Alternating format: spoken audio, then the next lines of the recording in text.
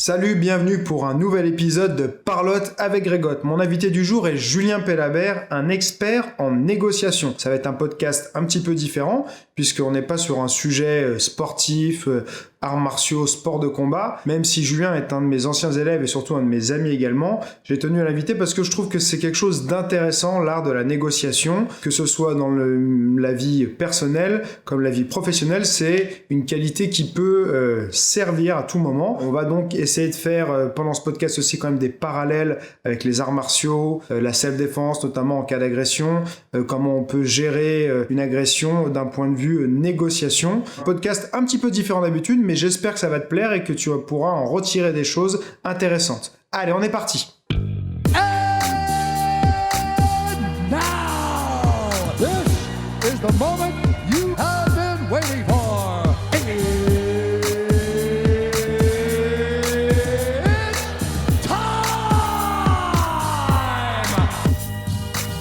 Parlotte avec Grégotte. Alors, monsieur spécialiste de la négociation, Bonjour Greg.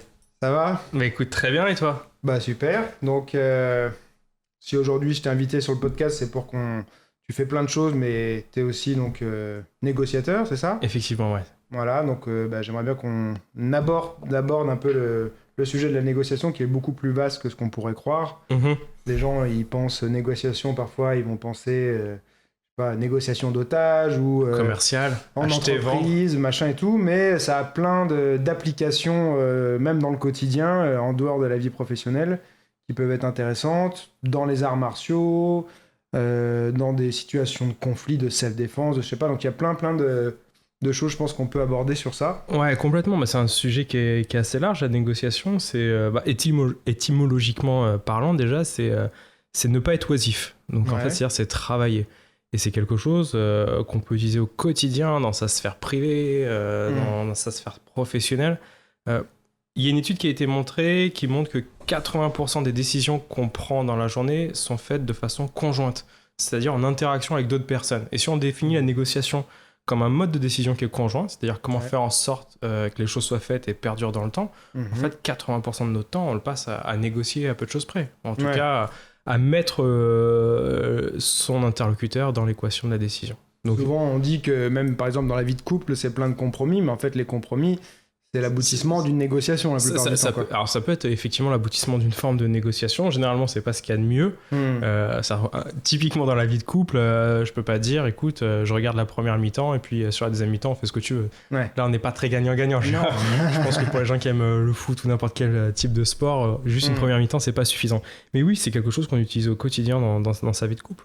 Même si il y a un adage que j'aime beaucoup dans la négociation qui dit il faut choisir entre avoir raison et être heureux. C'est un peu le dilemme de la négociation. C'est-à-dire que si j'ai raison, je montre à l'autre qu'il a tort et je suis pas forcément heureux dans ma relation et inversement. C'est vrai que dans la vie de couple, c'est plus compliqué d'avoir raison et d'être heureux. Mais bon, c'est quelque chose qu'on utilise au quotidien. C'est la source qui va régler toute forme de conflit, sachant que le conflit, c'est pas forcément un conflit qui est armé. Ça peut être un différent point de vue. Qu'est-ce qu'on fait pour les vacances ? Quel film on regarde ? Jusqu'à des tâches vraiment de management, parce que comme c'est un mode de décision qui est conjoint, c'est vraiment l'essence même du management. Donc c'est vraiment quelque chose pour moi qui est ultra pragmatique, qui est très loin d'être théorique et abstrait comme on pourrait le croire, et qui s'utilise au quotidien pour faciliter nos relations, vu qu'on est en interdépendance avec les gens. C'est quand même plus simple si on a des relations qui sont moins tendues et plus agréables. Ouais, du coup, ça permet d'essayer d'un peu... je sais pas si c'est le bon terme, mais d'obtenir un peu ce que tu veux, mais sans avoir un aspect désagréable ou que l'autre se sente lésé, d'essayer de proposer quelque chose un peu de gagnant-gagnant tout en obtenant ce que tu veux. Quoi. Ouais, c'est clairement pour obtenir ce qu'on souhaite. Clairement. Il y a différents leviers, il y en a 4, sans rentrer dans une partie trop abstraite, mais il y a 4 leviers pour obtenir ce qu'on veut. Il y a le rapport au pouvoir. Effectivement, ce qu'on peut retrouver même en self-défense, pour se prémunir d'un danger, je vais utiliser mon pouvoir pour me séparer du danger, pour l'éloigner le plus possible de moi. Il y a le rapport à la règle qui est juste en dessous, c'est le rapport à la loi. Donc ça peut être ton contrat de travail, ça peut être, il y a plein de façons d'instaurer la loi et la règle. Et puis tu as un troisième niveau qui est la négociation, c'est-à-dire que je vais prendre en compte l'individu qui est en face de moi pour obtenir ce que je veux. Alors il peut y avoir dans la négociation, il peut y avoir des sous-dimensions avec notamment le rapport à l'autre, le don, la relation. Parce que dans la négociation, tout ce que je vais donner, je le quantifie. Dans ta vie de couple, c'est moins le cas. Il y a moins de notions de quantifier ce qu'on donne. c'est plus, on est plus de l'ordre du don, très clairement. Ouais. Mais oui, c'est un des 4 barreaux de l'échelle décisionnelle. Il y a le pouvoir, la règle, la négociation, et puis la relation, le don avec l'autre. Parce que la négociation, comme on quantifie tout, typiquement, tu peux pas dire à ta femme, écoute mon cœur, je t'aime, mais qu'est-ce que j'ai gagné en retour? Ou à ton enfant, tu peux pas dire ça, tu passes pour un psychopathe. Donc c'est pour ça qu'il y a un 4e levier qui est le niveau du don, de la relation, c'est l'entraide qu'on a au quotidien avec les gens qu'on apprécie. Puis quand légitimement, c'est plus compliqué de trouver un accord, on va négocier, écoute, mon cœur, ce soir, on regarde telle série, puis demain, on regarde autre chose, ou je te demande sur ce projet de m'aider, et en contrepartie, tu auras un jour de repos. Donc on va quantifier ça, c'est la négociation. Si on ne trouve pas de solution, légitimement, on peut s'en rapporter à la règle. Par exemple, le club d'arts martiaux, il est ouvert telle heure à telle heure, donc je te demande de ne pas être en dehors des horaires. Et puis, dernier recours, quand on n'a pas trouvé d'accord sur la règle, ça peut être sur le travail, sur les permanences. Typiquement, qui fait le premier pont du 1er mai, 8 mai, il faut qu'il y ait quelqu'un qui soit de permanence. Donc, et si on ne trouve pas d'accord, le rapport à la règle, au pouvoir, qui arrive dans un dernier moment, mais qui devient légitime en fait. Donc c'est clairement pas quelque chose de naïf. Je pense que c'est quelque chose qui peut avoir beaucoup de sens au quotidien et pour le coup qui est assez salvateur, quoi, qui permet de maintenir la relation à l'autre. Mais même dans tes vidéos des fois où tu as une approche très martiale de la chose sur tes vidéos d'arts martiaux, on voit que tu insistes énormément sur la relation à l'autre, sur le fait de désamorcer le conflit avant le passage à l'acte. Peut-être qu'il est obligatoire, mais comment est-ce que je peux essayer de désamorcer au plus possible cette situation de conflit avec l'autre? C'est ce qu'on retrouve typiquement dans la négociation. Donc, On va essayer de voir du coup un peu les mécanismes et tout ça, mais d'abord je me disais, donc toi, souvent c'est la négociation, c'est les gens on l'a fait un peu à l'instinct. Il y a des gens qui osent même pas du tout négocier. Clairement. Sur des situations très communes. Enfin là, tu vois, par exemple, j'étais à Casa pour un mariage et les gens avec qui j'étais, ils avaient complètement peur de négocier alors qu'en fait, ils essaient de t'enfler en permanence. Les taxis, machin et tout, ils te proposent des tarifs à x10, quoi. Et ils étaient tous hyper étonnés, en fait, que j'arrive à obtenir des bons tarifs, tu vois, mais j'ai pas une vraie méthodologie. Souvent, il y a aussi des fois le fait d'un peu d'oser, déjà. Je pense que c'est la première étape. Être courageux. Voilà. Toi, t'as pris... comment ça t'est venu, en fait, l'intérêt pour la négociation? C'était quoi ton premier contact avec? Comment tu t'y intéressé pour essayer de formaliser un peu plus le truc? Clairement. Voilà. C'est quoi ton historique? Je pense que la base, déjà, c'est... J'ai commencé à m'intéresser aux autres à travers la magie. Tout remonte de là, l'illusion, la magie. Je trouvais que c'était une discipline très intéressante pour entrer en contact avec les gens, pour d'une certaine manière les influencer sur leur mode de décision, sur leur perception des choses. Et puis je me suis orienté très rapidement vers la négociation, parce que la psychologie humaine m'intéressait davantage dans la vente au départ. Et j'ai travaillé quasiment 10 ans en cabinet de conseil, sur des sociétés d'édition de logiciels, sur des postes de management ou de négociateur. Et ça m'a passionné. Et pour le coup, je pense qu'on reviendra là-dessus, mais je lis énormément. J'essaye de rencontrer énormément de personnes qui font le métier que je veux faire dans 10 ans, 15 ans. En tout cas, des personnes qui vont m'inspirer, qui vont avoir un petit côté de mentor. C'est ce que j'ai eu pour le coup dans la négociation. J'ai rencontré beaucoup de personnes. Et puis au bout d'un moment, je me disais, je vois ce qui marche pour moi, mais je pense un peu comme dans une discipline qui sont les arts martiaux. Au bout d'un moment, t'en fais le tour et tu te dis, mais comment est-ce que je vais passer un step au-dessus? Et je me suis dit que je voulais l'étudier, vraiment l'étudier de façon approfondie. Donc j'ai fait un doctorat, une thèse sur le sujet de la négociation à la Sorbonne. Et pour moi, c'était, je pense que c'est vraiment comme la théorie dans les arts martiaux, elle suffit pas. Il faut combattre. Et que le combat, il suffit pas si tu l'as pas appris. Je me disais, comment est-ce que... Enfin, il y a des gens qui enseignent la négociation, qui l'ont étudiée, mais qui l'ont jamais pratiquée. Donc, quid, qu'est-ce qui marche réellement dans la vraie vie? Et inversement, il y a des gens qui la pratiquent, mais à quel point elle peut être scalable ou duplicable, c'est plus compliqué. Donc, je voulais vraiment avoir cette double compétence pour moi. Mais la base, pour moi, c'était vraiment de l'apprendre. Et c'est une anecdote que j'ai qui me fait toujours encore rire. Il y a 4 ans, j'étais sur un dernier recrutement avec un directeur commercial d'une société d'édition de logiciels et qui, sur son dernier rendez-vous, donc il prenait ses notes, c'était directeur commercial, on ne citera pas cette maison d'édition, et qui me dit, Julien, attendez, par contre, la négociation, un doctorat, sérieusement, ça se pratique la négociation, autant d'études, à quoi ça sert? La personne un peu rustre, tu vois, le bonhomme d'une 50aine d'années. Et je lui dis, mais vous avez entièrement raison, la négociation, c'est quelque chose qui doit qui doit se pratiquer au quotidien si on veut devenir bon, voire excellent. L'apprentissage ne suffit pas. Mais vous, par exemple, ça fait combien de temps que vous travaillez avec un ordinateur? Il est en train de taper, il recule un petit peu, il fait, je vous demande pardon. Ça fait combien de temps que vous travaillez avec un ordinateur? Je sais pas, ça fait 15 ans, 20 ans. Okay. Vous travaillez tous les jours avec votre ordinateur? Il me fait, bah ouais. Et pourtant, aujourd'hui, vous tapez toujours avec 2 doigts. Et tu vois, la limite, elle est là. C'est que si tu fais quelque chose de moyen ou pas très bien, bah, toute ta vie, tu le feras moyen ou pas très bien. Il y a un petit peu... on a un coach américain qu'on suit régulièrement tous les deux, c'est Ty Lopez, qui dit que effectivement le but c'est d'avoir un maximum d'ingrédients dans ta cuisine. Si tu viens à la maison et que tu aimes le poisson et que je fais très bien le poisson, bah c'est très bien, tant mieux, j'aurai de la chance et je fais du poisson toute ma vie, pas de problème. Mais le jour où j'ai quelqu'un qui aime pas le poisson et qui veut manger de la viande, j'ai besoin d'avoir différents ingrédients, de composer avec ça. Et donc pour moi, l'apprentissage de la négociation, non pas que la pratique, c'était ça, c'était d'avoir un maximum d'outils. Tout n'a pas de sens. En tout cas, ils ont du sens à certains moments, c'est d'être capable après d'aller voir, mais comme dans les arts martiaux, je veux dire, le coup de poing direct, le jab, le cross, bah, ça peut avoir du sens dans certaines situations, moins dans d'autres. Pourquoi mettre les jambes, pourquoi le sol, ça. Et c'est comment je m'adapte. En fait, je pense qu'il y a une vraie similarité sur la négociation, par exemple, et les arts martiaux, c'est la notion d'unicité. Unicité de temps, de lieu, d'action et de personne. Chaque négociation est unique, par définition, comme chaque combat. Et donc, reprendre un enchaînement de A à Z, je pense, dans les arts martiaux, qui aurait marché une fois sur un combat actuel, ça n'a pas de sens. C'est comment est-ce que tu remets de l'intelligence par rapport au placement de l'autre, par rapport à ta condition physique, par rapport à ta technique, par rapport à plein de choses. Ben, c'est ce qu'on retrouve dans la négociation. Plus j'ai un panel qui est large, plus je suis capable de remettre de l'intelligence, de m'adapter à mon interlocuteur, et puis de proposer des solutions qui sont intéressantes pour les deux parties.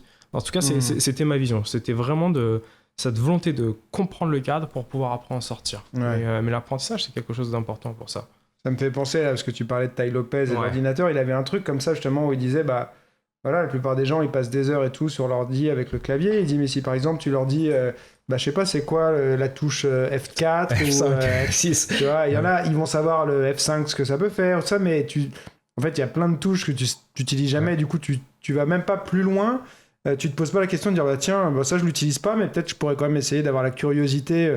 Enfin, lui, il avait mis ça en avant pour l'aspect curiosité du quotidien. Je me souviens de cette idée. Voilà, non, mais c'est génial parce que c'est intéressant, quoi. C'est un objet que tu as au quotidien devant toi, et si cet objet que tu as au quotidien devant toi, tu es déjà préformaté pour l'utiliser d'une certaine manière et pas sortir du cadre, c'est très compliqué. C'est très compliqué de donner l'envie d'avoir envie sur certains sujets pour beaucoup de personnes.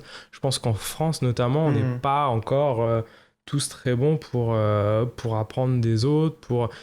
D'une certaine manière, ça demande, comme tu disais tout à l'heure à Casa sur la négociation, ça demande une certaine forme d'humilité, parce que négocier, comme c'est remettre son pouvoir de décision au centre, c'est que j'accepte à un moment donné qu'on puisse ne pas trouver d'accord. J'accepte que tu puisses me dire non. Et pour beaucoup de personnes, ça touche l'ego de recevoir un non en retour. Que ça soit pour les bonnes ou les mauvaises raisons. Donc je pense qu'il faut sortir de sa zone de confort. Et moi, j'aime bien dire que derrière ta zone de confort, c'est pas une zone d'incertitude, c'est une zone d'apprentissage. Quand tu sors de cette zone de confort, tu es dans ta zone d'apprentissage, et après, tu as une zone d'incertitude. D'ailleurs, quand tu sors de cette zone d'apprentissage, généralement, c'est une vraie zone d'incertitude. Mais tant que tu restes sur cette zone d'apprentissage, t'apprends. Et je pense, pour revenir encore une dernière fois peut-être sur Ty Lopez, mais le meilleur investissement sur lequel on puisse investir, c'est nous, quoi. Bah oui. Donc apprendre. C'est clair que on en parlait juste avant, parce qu'on était en train de manger au japonais. Complètement. Et je te le disais, quoi, c'est pas en fait le principe de formation continue. C'est pas un truc, c'est pas du tout la norme, et sans doute encore moins en France, même si, bon, je suis pas pour bâcher spécialement notre pays, tu vois, mais c'est pas une mentalité qui est ancrée, c'est-à-dire que t'es arrivé à un poste où t'es arrivé à un certain niveau de compétence, si s'il est suffisant pour réussir à accomplir tes tâches quotidiennes, bah tu cherches pas plus loin, quoi. C'est donc ça, typiquement l'idée là des touches du clavier, c'est pour mettre en avant un peu cet état d'esprit de se dire avoir la curiosité au quotidien, au lieu de se dire tiens bah ça j'en sais rien et puis bah je vais pas aller chercher la réponse. Bah parfois même pour des choses insignifiantes, en fait c'est un état d'esprit. Alors c'est vrai qu'il faut faire attention après à pas amasser trop d'informations qui vont parfois être inutiles, mais c'est un état d'esprit à retenir, quoi. C'est une démarche. Ouais, mais tu sais ce qui est marrant là, parce que je reviens une dernière fois sur Casa, c'était marrant.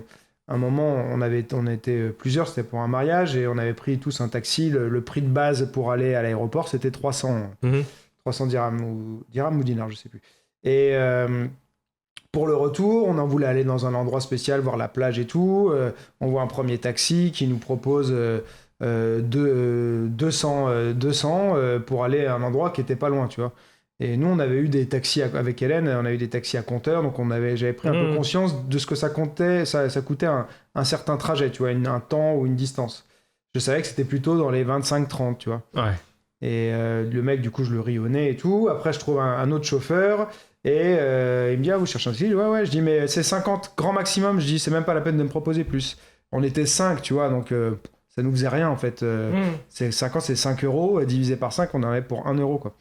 Et il me dit, ok. Donc, il nous emmène et tout, machin. Et puis, on devait repartir après à l'aéroport. Donc, on dit, bah tiens, est-ce que vous êtes dispo pour l'aéroport, tu vois? Il dit, oui. Et du coup, moi, je savais que c'était 300 la norme, et je fais, ok, bon, bah 200 alors pour l'aéroport. Et il y a Hélène, elle a rien dit, mais les trois autres qui étaient derrière, ils font, oh non, mais non! Genre, ils me cassent ma négo, quoi. C'est-à-dire qu'ils font, mais non, tu peux pas, genre, tu peux pas proposer ce prix-là, quoi. Ah. Du coup, je les ai regardés, genre, mais vous êtes pas sérieux, là, vous êtes en train de me casser ma négo, Vous quoi. êtes avec moi dans la négo. Oui. On n'est pas dans la voiture. Voilà, et le mec m'a quand même fait 250, tu vois. Ouais, mais c'est la notion d'ancrage. L'ancrage est très fort dans la négociation, parce que c'est un procédé psychologique qui va imposer une norme de base et sur lequel les négociations vont tourner. Même si je sais pas dire si on peut parler vraiment de négociation sur ce que tu fais à ce moment-là, on est plus de l'ordre du marchandage avec généralement un chauffeur de taxi qui, pour le coup, enfin c'est pas la profession, mais sur ce type de pays où on voit le touriste et c'est un peu une question d'arnaque. De toute façon, c'est la temporalité de ta négociation qui va faire dire est-ce que je veux rentrer sur des manœuvres de manipulation ou est-ce que je veux me projeter sur du long terme avec mon interlocuteur. Mais là, c'est vraiment la notion d'ancrage. Il y a une expérience qui est très marrante avec ça parce que on s'intéresse un peu tous les deux à tout c'est un peu psychologique. On a demandé à des étudiants de Sciences Po de faire tourner une roue. La roue était truquée. Elle tombait sur 15 ou sur 45. Et après, on leur demandait est-ce que vous pouvez nous dire le nombre de pays qu'il y a en Afrique? Les étudiants qui ont eu 15 en moyenne ont répondu 18 pays en Afrique et ceux qui ont eu 45 ont répondu en moyenne 36. Il y en a 54. Mais c'est très intéressant parce qu'il y avait suffisamment d'étudiants pour montrer qu'il n'y avait pas de biais, mais qu'en fait, quand tu vas ancrer une conversation assez basse, par exemple sur ton 200, effectivement, ton accord, tu vas le trouver autour de 200, 250, même si tu avais 300. Et pourquoi tu peux avoir un chauffeur de taxi qui te dit, bah voilà, pour aller juste à la plage, ça 5 minutes, c'est 300. T'en as aucune idée de la pertinence de son ancrage, et ça se trouve, à 200, tu aurais été satisfait, tu te serais dit, j'ai gagné 100. Alors qu'en fait, ça valait 30. Alors que ça valait 30, t'aurais perdu 170. Mais c'est pour ça que l'ancrage, en fait, en plus, d'un point de vue psychologique, il se fait sur une information qui est disponible, mais il se fait pas sur une information qui est pertinente. Et le but, c'est ça, c'est d'avoir dans la négociation un maximum de critères objectifs. C'est-à-dire, tu as déjà pris le taxi une fois, deux fois, tu connais à peu près les prix, parce que tu as vu des compteurs, et te dire, non, là, il y a escroquerie, ou là, c'est fair play. Et c'est un peu le but dans la négociation, c'est d'aller chercher tout ça. Mais c'est vraiment intéressant, parce que tout à l'heure, on parlait un peu de connaissances, et je trouve que un parallèle qu'on peut faire notamment avec la magie, parce qu'on n'a pas soif effectivement de vouloir apprendre un maximum, c'est pas dans notre culture. Moi, je suis toujours assez étonné de voir des gens qui sont experts en négociation, ou quel que soit le domaine, ne pas sortir de... Mais je pense que c'est la même chose dans les arts martiaux, pas une personne qui fait du Wing Chun, qui veut pas sortir du Wing Chun, du Krav Maga, qui ne jure que par le Krav Maga et qui veut pas sortir de son style. Je trouve que c'est toujours un petit peu limitant. T'as des gens qui sont vraiment très ouverts sur certaines disciplines, mais c'est pas le cas de tout le monde. C'est une mise en danger aussi. Ouais, complètement, parce que peut-être que ton système il marche pas si bien que ça, ou qu'il est pas adapté à toutes les situations, ou toutes les morphologies, ou il est pas adapté à n'importe quel âge. Effectivement, il y a des disciplines qui sont peut-être un peu plus sportives que d'autres d'un point de vue cardio ou musculaire. Donc c'est ça qu'il faut prendre en compte. Je pense que le but, c'est d'avoir un maximum de connaissances, mais le parallèle que je voulais faire la magie, c'est que la magie ou l'illusionnisme, ça a un côté vraiment agréable parce que ça te permet dans ta vie d'adulte à un moment donné de confesser que tu as le droit de ne pas savoir. Tu sais, c'est un peu un droit à l'erreur. Et c'est ça que généralement les adultes aiment bien dans la magie, c'est que on va pas les juger parce qu'ils ne savent pas à ce moment-là. Ça en devient légitime et on va mettre ça sous la casquette c'est magique. Donc c'est une vraie parenthèse de vie où les gens ont le droit à l'erreur, ils ont le droit de pas savoir à un moment donné et sans avoir forcément ce réflexe d'aller chercher. Même si c'est vrai que le mindset de la curiosité, cet état d'esprit, on le retrouve pas forcément souvent. Alors quand on est passionné, je pense comme nous, de nos disciplines, c'est quelque chose qui peut nous faire rager quand on voit d'autres personnes. On se dit ah, c'est dommage, putain, on fait un métier qui est passionnant, pourquoi est-ce que vous voulez pas aller plus loin, pourquoi est-ce que vous voulez pas voir d'autres personnes, pourquoi est-ce que vous voulez pas rencontrer, pourquoi vous voulez pas échanger, pourquoi vous voulez pas débattre. Mais effectivement, c'est se mettre en risque parce que tu as toujours une personne qui te dira Moi, ça m'est arrivé il y a 2 semaines. Je ne citerai pas cette personne, mais en plus, je suis en train de lire son livre et je le trouve très pertinent, mais où on était clairement en désaccord, en accord sur notre désaccord, sur la vision de la négociation. On voit ça complètement de façon divergente. Et pourtant, ça, on a passé 1h30, je vais te dire agréable, pas forcément, c'était feutré, mais on a pu échanger. Et c'est intéressant d'avoir d'autres visions dans n'importe quoi et d'aller chercher cette information. En fait, je pense que la lecture ou le fait de rencontrer d'autres personnes, ça te permet de gagner du temps dans ta courbe d'apprentissage. De ne pas faire ses erreurs ou de les voir à travers d'autres personnes, d'avoir des scénarios de vie, d'avoir des scénarios de vie qui sont inspirants. C'est Tai Lopez qui disait qu'il faut passer peut-être un tiers de son temps avec des gens qui vont faire office de mentor, un tiers de son temps avec des gens avec qui on échange au quotidien sur la discipline, qui seront des pairs, PAIR, et puis un tiers de notre temps peut-être sur l'enseignement. Et je trouve que ça a vraiment du sens.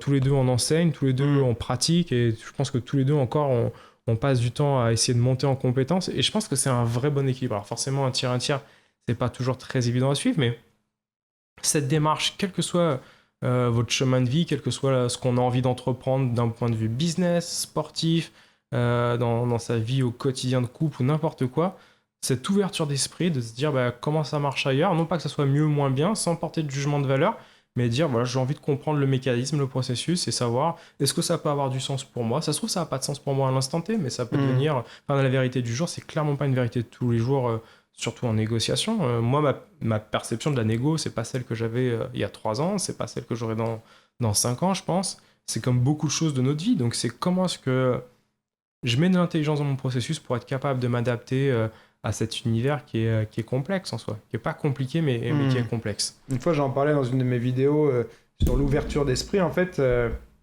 c'est que ce que j'aime bien faire, parce qu'en fait, c'est pas si facile que ça de garder tout le temps l'esprit ouvert. C'est facile de se... Ceux qui croient savoir. Ouais, ceux qui croient savoir n'apprennent plus. Mais non, ça tu me dit vois... quelque chose, ça. En fait, ce que j'aime bien faire pour travailler ça, c'est... comme j'écoute beaucoup de podcasts, je te disais, je vais écouter un podcast qui va renforcer mes convictions. Et parfois, juste après, je vais écouter un podcast qui dit complètement l'opposé sur le même sujet, notamment sur la nutrition. C'est assez facile. Tu vas écouter un mec qui dit que les glucides, c'est le diable. Et puis après, tu vas écouter un mec qui dit non, les glucides, c'est essentiel, machin et tout. Et du coup... après, toi, tu te fais ton propre opinion. Mais en attendant, tu as écouté 2 avis complètement divergents. Qui ont du sens, des fois. Et les 2 ont du sens. Ça veut pas dire que tu t'en ressors derrière avec une vraie conviction. Parfois, ça peut te perdre un petit peu, mais ça travaille un peu cette flexibilité d'esprit, tu vois, c'est-à-dire être un peu malléable dans le sens où je reste pas campé sur mes positions et tout, d'essayer d'écouter, d'apprendre des choses en gardant une possibilité de changer son avis, de pas se dire j'arrive avec mes convictions, je veux pas en démordre, donc quoi que tu me dises... de toute façon, ça va pas m'influencer, quoi. Alors, t'as entièrement raison. Déjà, je pense que la vie, elle est pas blanche ou noire, c'est beaucoup plus compliqué. T'as plein de nuances de gris ou de couleurs qui vont arriver, donc c'est dur d'être binaire, d'être clairement arrêté. Et le but, c'est de se questionner. L'argumentation, c'est quelque chose qui généralement est très mise en avant dans la négociation. On dit, il faut bien préparer son argumentation. Moi, je m'inscris complètement en faux là-dessus. Je pense que c'est un non-sens. L'argumentation, en fait, c'est que je suis en train de t'expliquer, moi, Julien, pourquoi toi, Greg, t'as tort. Et en fait, toi, qu'est-ce que tu vas faire ? Tu vas m'écouter, même pas pour comprendre, tu vas m'écouter 2 secondes pour savoir comment tu vas y répondre. Et tu vas me couper la parole, je vais te dire, attends, Julien, je t'ai entendu, mais je vais t'expliquer pourquoi moi j'ai raison et toi, t'as tort. Et en fait, c'est une guerre de conflit, c'est une guerre d'opposition qui amène généralement sur des non-accords et des accords très violents ou sur du vrai conflit. Ça n'a pas de sens de s'opposer frontalement. Je pense qu'une personne qui argumente, le premier réflexe qu'on doit avoir dans une négociation, c'est de l'écouter pour comprendre. Parce que si tu me dis que le Wing Chun, c'est le meilleur art martial, par exemple, c'est que forcément, ça doit avoir du sens. À moi de comprendre ce qui a du sens dans ton propos et d'aller questionner, de comprendre vraiment ça, de me mettre à ta place. À la limite, c'est quasiment de l'empathie. Et puis après, en fonction de ça, de te proposer des pistes de solutions pour trouver un accord qui a du sens. Mais si on rentre dans une dynamique d'argumentation, c'est de dire que voilà, ma perception de la réalité, c'est la bonne et que ta perception, c'est pas la bonne. C'est vachement égotiste à la base. penser qu'on détient la vérité absolue, c'est quand même assez incroyable. Et ce que j'ai remarqué souvent, c'est que, parce que ça arrive souvent sur Facebook ou tu vois, sur YouTube, des gens qui viennent c'est ce qu'il y a de pire pour avoir un débat d'idées. Hein, argumenter et tout. Et en fait, ce qui est marrant, c'est que moi, tu vois rapidement en fait le chemin de la discussion, la tournure que ça va prendre. C'est des extrêmes. Ouais, et je vois souvent qu'il y a des gens en fait à qui ça sert à rien de discuter parce qu'ils sont pas là pour réellement débattre et avec une capacité à changer d'esprit. Donc souvent je leur dis simplement ok, c'est pas grave, on n'est pas d'accord, moi ça me va très bien, mais c'est un truc que beaucoup de gens en fait refusent, c'est-à-dire que l'acceptation de se dire en fait on va jamais tomber d'accord sur ce sujet, c'est pas si évident que ça, tu vois. Il y a des gens, ils ont cette volonté de vouloir absolument convaincre les autres et d'imposer leur vision, tu vois. Et c'est hyper dur pour eux de dire ok, en fait, il y a d'autres visions que les miennes qui existent et je vais les accepter, mais je suis pas d'accord, mais je les accepte, elles existent, quoi. Imagine, ça part du postulat que c'est d'une violence inouïe que de te dire pendant 10 ans, j'ai appris un art martial qui s'appellerait je sais pas quoi, et qu'au bout de 10 ans, il y a quelqu'un qui me dise non, mais tu sais que t'as 10 ans d'investissement, cet art martial, c'est peut-être pas le meilleur au monde.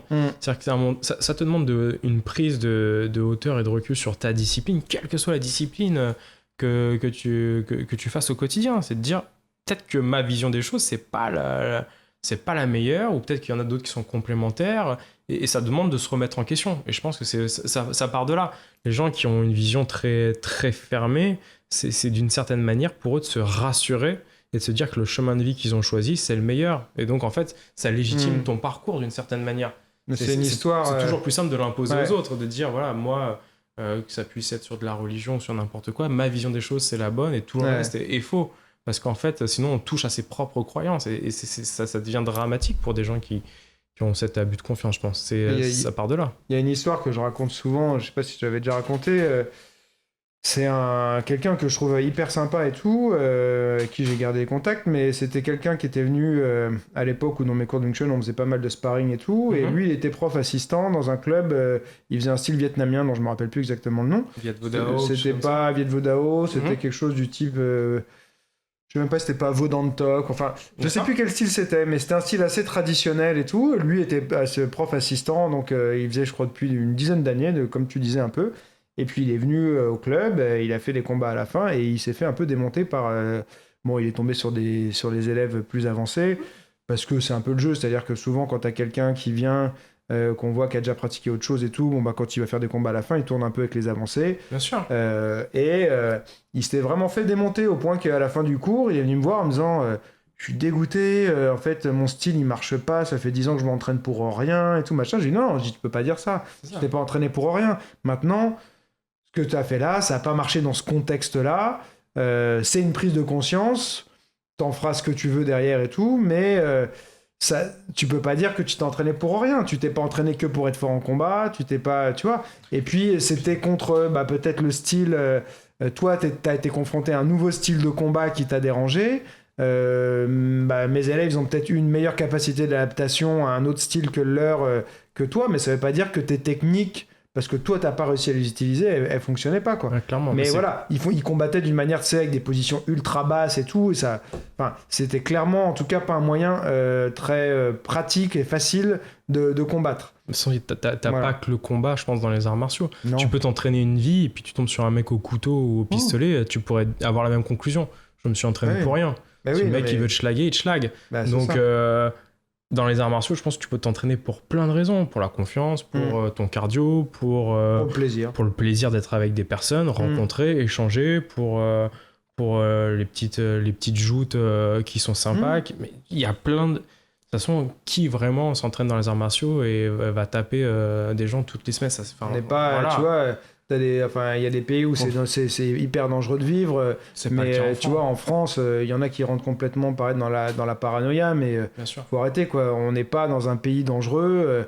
Ça n'a jamais été aussi safe en France que maintenant, même si effectivement il y a des actes qui sont isolés et qui sont d'une tristesse inouïe. Il y a de la violence, c'est sûr, mais il y a aussi, tu sais souvent où c'est.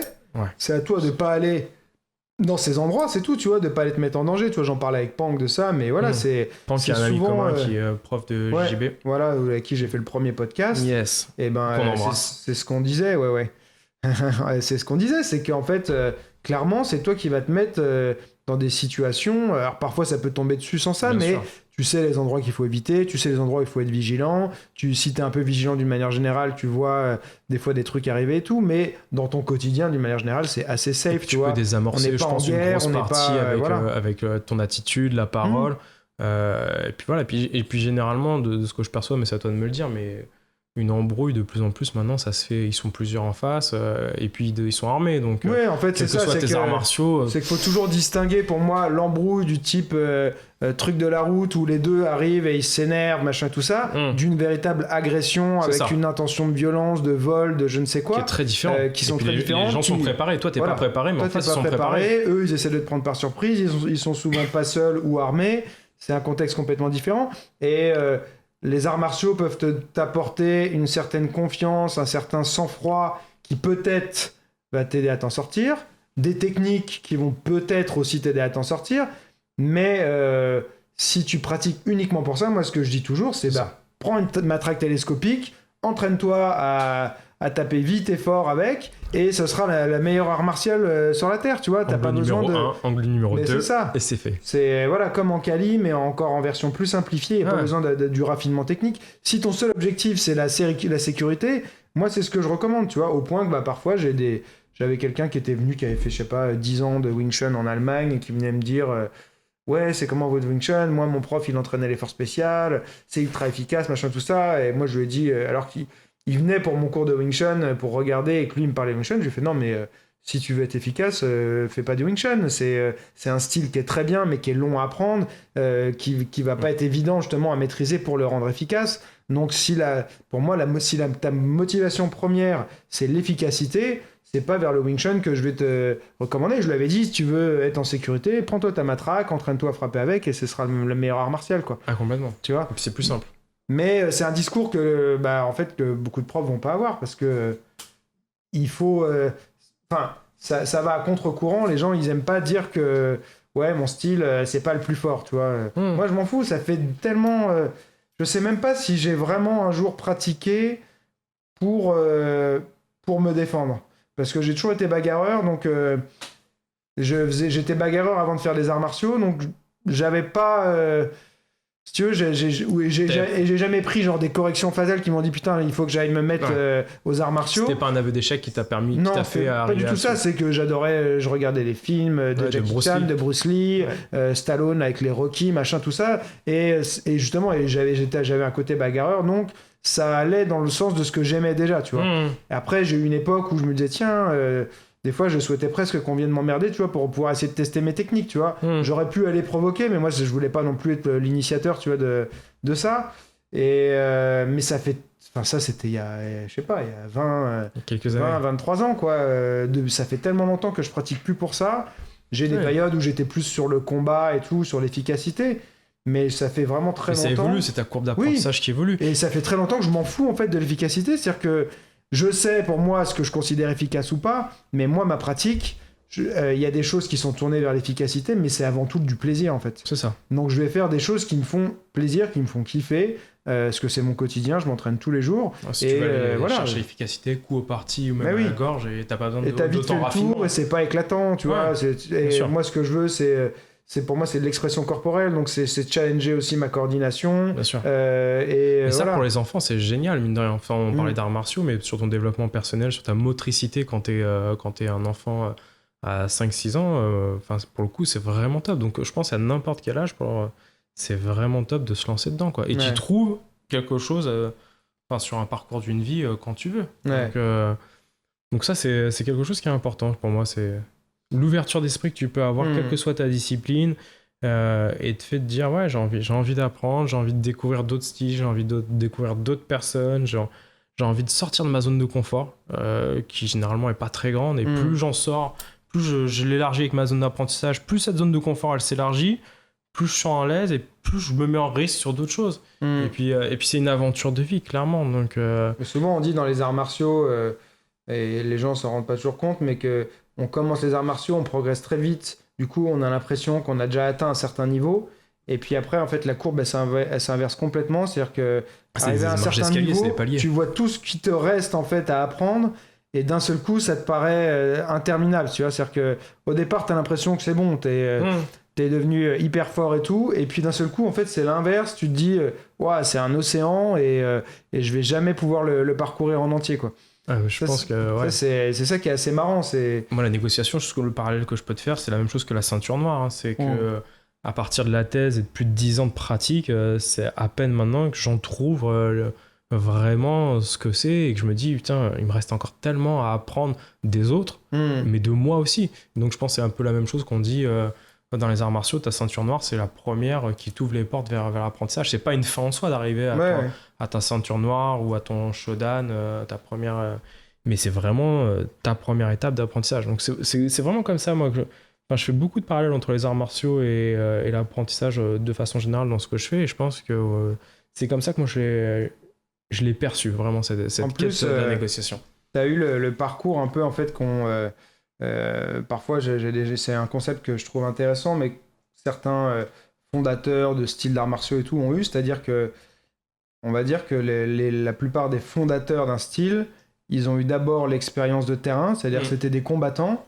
De leur expérience de combat, ils ont formalisé un style, et souvent, c'était du coup des gens quand même qui étaient déjà très forts en combat, et forcément, le style qu'ils créent derrière, eux, ils leur ressemblent et leur convient, tu vois. Et notamment, tu vois, je prenais souvent l'exemple de l'aïkido, qui est l'art de la paix et tout, mais Ueshiba, c'était quand même quelqu'un qui était sur les... C'était un guerrier quand il était jeune.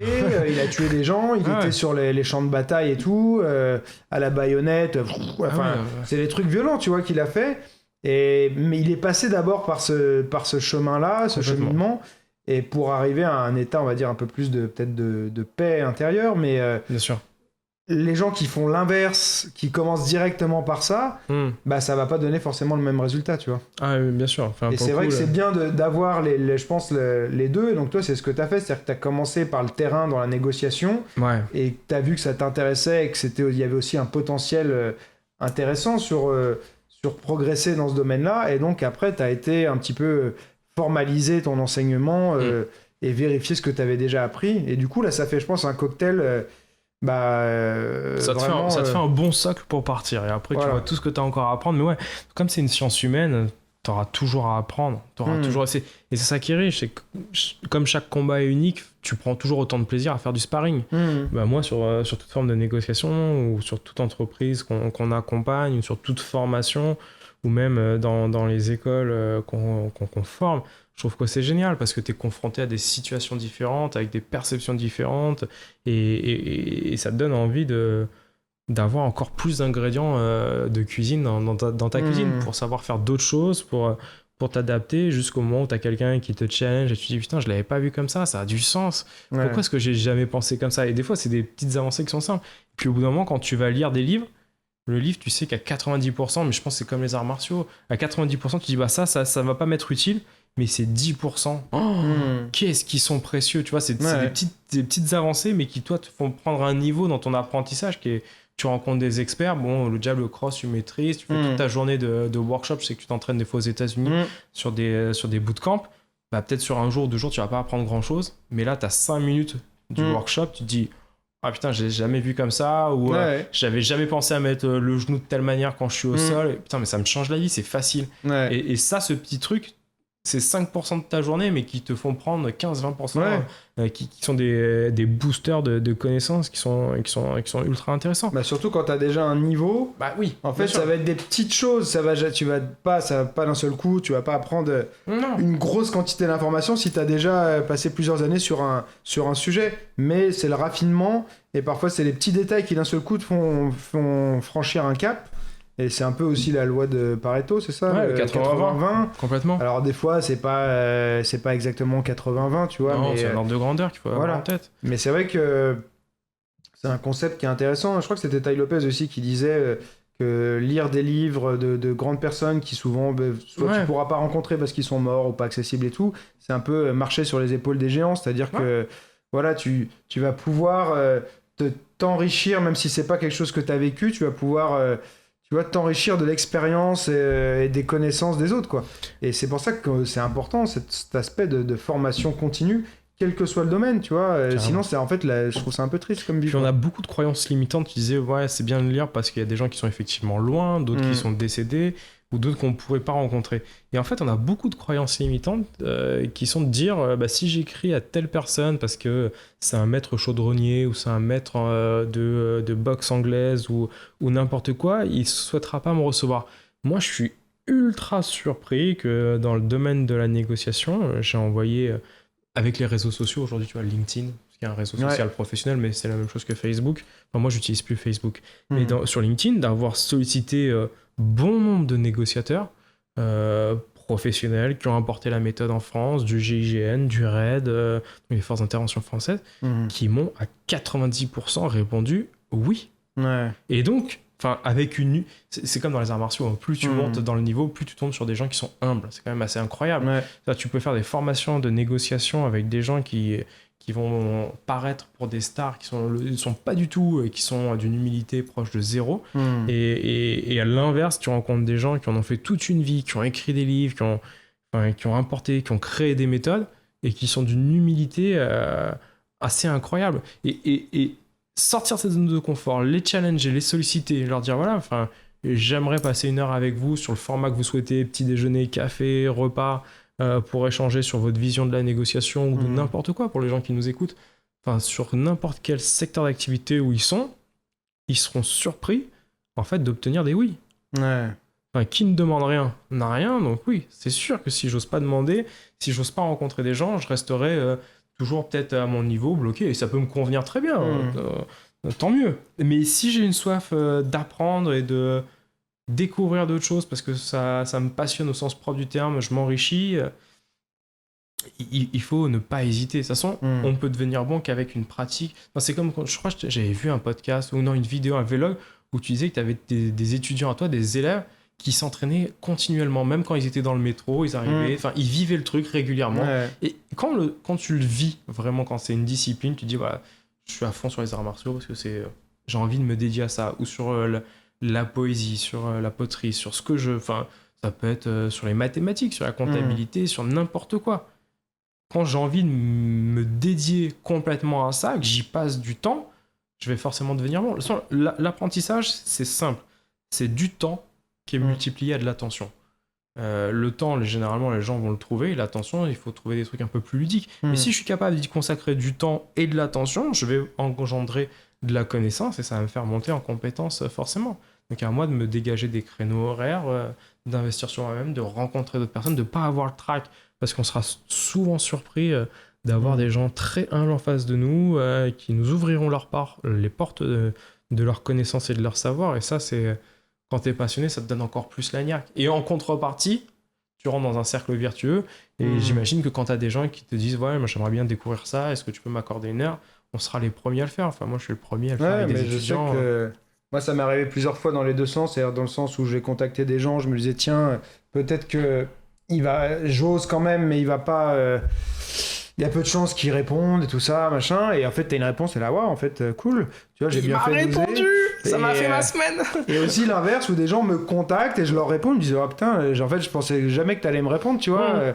Parce que c'est la force parfois aussi des médias, de YouTube, des réseaux sociaux. Les gens, ils ont l'impression que t'es plus que ce que, en tout cas, toi, tu te considères, tu vois. Et je sais que c'est marrant, tu vois. Il y a ça, cet effet-là.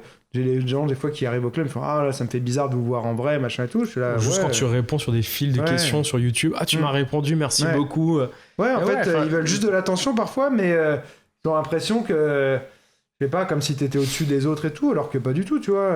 Non, c'est juste le fait de partager sa passion sur un média qui fait que ton partage de passion peut être scalable. Enfin, ce qui n'était pas le cas avant. C'est-à-dire qu'aujourd'hui, ce que tu dis dans une vidéo, si elle a du sens, elle sera vue par 1000 personnes, 10 000, 100 000 ou 1 million. Ça te demande le même effort d'investissement pour toi.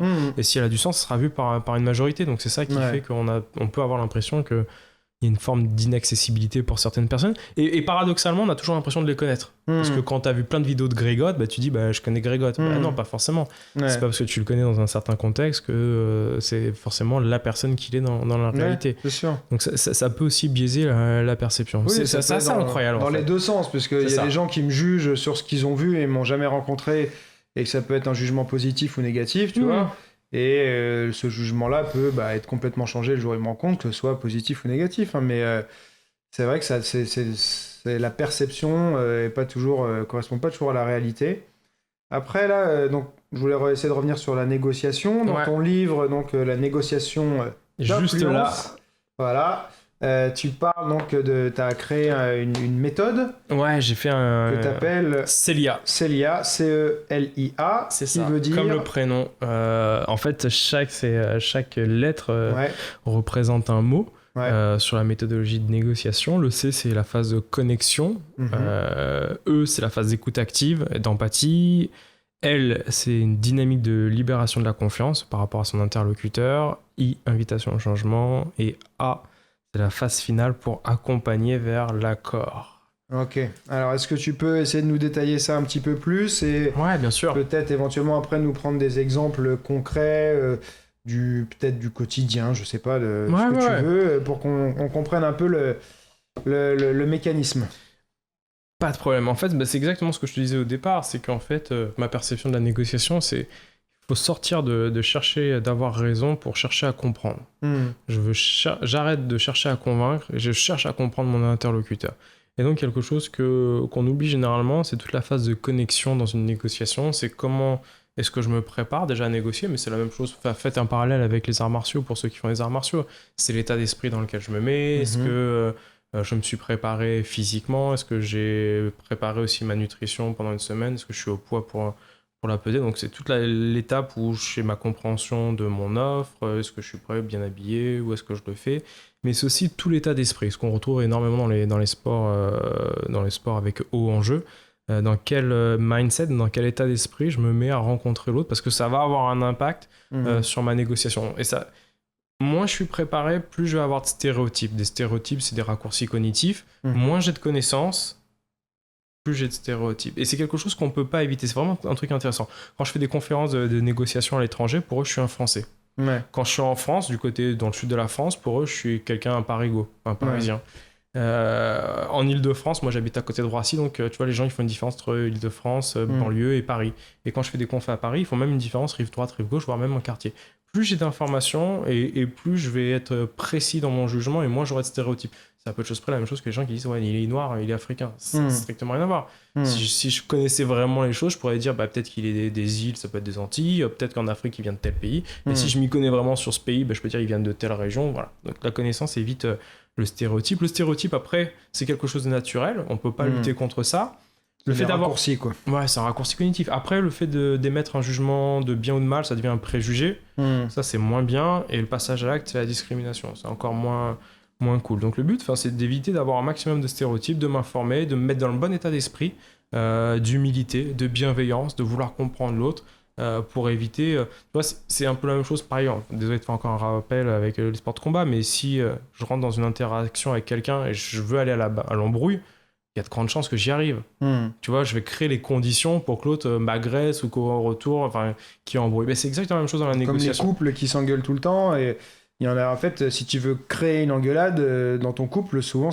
tu vas y arriver si c'est ça. C'est ce qu'on tu cherches les histoires, tu vas finir par les trouver si tu insistes suffisamment. C'est tout ce qu'on appelle les prophéties autoréalisatrices. C'est-à-dire je vais créer les conditions pour que l'autre adopte un comportement que soit je souhaitais, soit je me disais non mais l'autre c'est qu'un connard, et puis en agissant de telle manière, effectivement il va le devenir avec moi alors que c'était pas forcément son cas.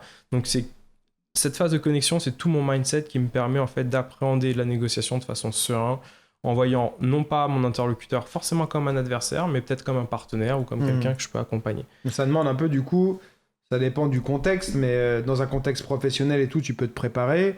Dans un contexte du quotidien, t'auras pas toujours le temps peut-être d'amasser les connaissances sur la personne ou la situation dans laquelle tu te trouves. Ouais, mais ça part sur un truc tout simple. Regarde, c'est comme si tu passes...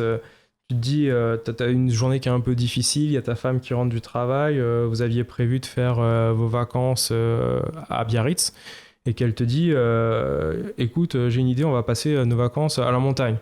Toi, première chose que tu pourrais te dire, c'est, oh putain, pourquoi elle me casse les couilles? Et donc ton mindset, il est de dire, ok, qu'est-ce que tu veux me dire? Soit tu peux te dire, si elle me le dit, c'est que ça a peut-être du sens pour elle, Et donc, à moi de questionner qu'est-ce qui est important pour toi si on va à la montagne. Elle pourra dire, ouais, Greg, j'ai envie de faire du VTT, j'ai envie de faire du sport, j'ai envie de m'oxygéner. Ok, bah, est-ce que si on trouve dans ce cas-là un point à Biarritz où on peut faire dans un centre sportif, près de la mer, ou thalassothérapie, ça a du sens pour toi? Ah ouais, j'y avais pas pensé. Et voilà comment est-ce que t'as résolu un conflit juste en te disant, bah, si elle me dit ça, c'est pas forcément pour me casser les couilles, c'est peut-être qu'il y a vraiment quelque chose derrière qui a du sens. Je veux pas rentrer directement dans un affrontement. Je laisse le bénéfice du doute, je me mets vraiment dans un état d'esprit où je vais créer les conditions pour réussir. Donc ça, c'est important. La deuxième phase, c'est le E de Célia, d'écoute active et d'empathie. Voilà, tu peux pas parler si t'as pas écouté d'abord. C'est aller questionner l'autre. On part du principe, en fait, en négociation, mais dans toute forme de négociation, que le non m'est acquis chez l'autre. Au moment où je vais commencer à négocier, l'autre n'a qu'une chose en tête, c'est non, non, non. À moi de le faire grandir, à moi de trouver chez lui qu'est-ce qui a de la valeur et pourquoi il pourrait me dire lui oui. Tu sais pourquoi les gens ont plutôt une tendance au non de but en blanc. Ouais, ça te protège, tu vois. Ouais. Des fois, il faut vraiment différencier l'intention et l'impact. Tu peux être dans une intention de te protéger et puis l'impact, c'est de dire c'est non, mais moi je le perçois comme une attaque. C'est pas forcément la volonté de sortir de sa zone de confort, ou c'est le risque de dire bah voilà, enfin dans la négociation, je suis pas sûr de ce qui va se dire, donc qu'est-ce que tu me proposes? C'est peut-être trop beau pour être vrai. Il y a plein de raisons qui font que tu peux avoir quelqu'un qui au début de la négociation se sent pas complètement impliqué et impacté par les futurs résultats. Donc la phase d'écoute active et d'empathie, c'est créer un gâteau le plus grand possible, d'écouter l'autre, pourquoi est-ce qu'il est dans cette situation-là, comment est-ce que je peux l'aider, et voilà. Et si j'aide l'autre, en retour, il m'aidera. Ouais. C'est pas plus compliqué que ça. Donc pour ça, ça passe par une phase d'écoute, mais c'est écouter pour comprendre, écouter pour valoriser l'autre, c'est écouter pour retenir, pour reformuler. Il y a plein de dynamiques sur l'écoute active, notamment c'est tous les travaux de Carl Rogers. C'est vraiment essayer de comprendre comment est-ce que je peux augmenter l'autre. Du coup, garder ça en tête dans la négociation. Comment est-ce que je peux augmenter l'autre? Concrètement, donc le premier, c'est la connexion et la compréhension. Ouais, c'est la connexion, c'est mon état d'esprit, c'est toute la partie logistique. La phase de connexion, en fait, c'est typiquement, j'ai un rendez-vous commercial, ça peut être le fait de préparer mon offre, préparer les supports, c'est des trucs pratico-pratiques. Préparer une salle de réunion, préparer un paperboard ou un projecteur, le fait d'avoir appris mon offre. Et après, c'est toute la partie mindset, état d'esprit, qui est de dire j'ai envie d'y aller, j'ai envie de prendre du plaisir. Le plaisir sera communicatif. Si en face de moi, j'ai quelqu'un, je vais m'informer sur cette personne, c'est quoi son pédigré, c'est quoi son parcours, au même titre qu'un art martial. Si demain je dois combattre, qu'est-ce qu'il fait comme art martial? J'essaye de regarder une ou deux vidéos ou plusieurs pour analyser son style. Voilà. Et je me mets dans ce mindset de dire je vais gagner si je dois faire un combat, ou dans une négociation, on va en ressortir gagnant tous les deux, il y a quelque chose à créer. Donc c'est vraiment l'état d'esprit, c'est tout ce qui va impacter ta négociation, mais qui est la phase émergée, si tu veux, de ton iceberg. Et comment tu ferais, par exemple, si c'était une situation plutôt d'agression?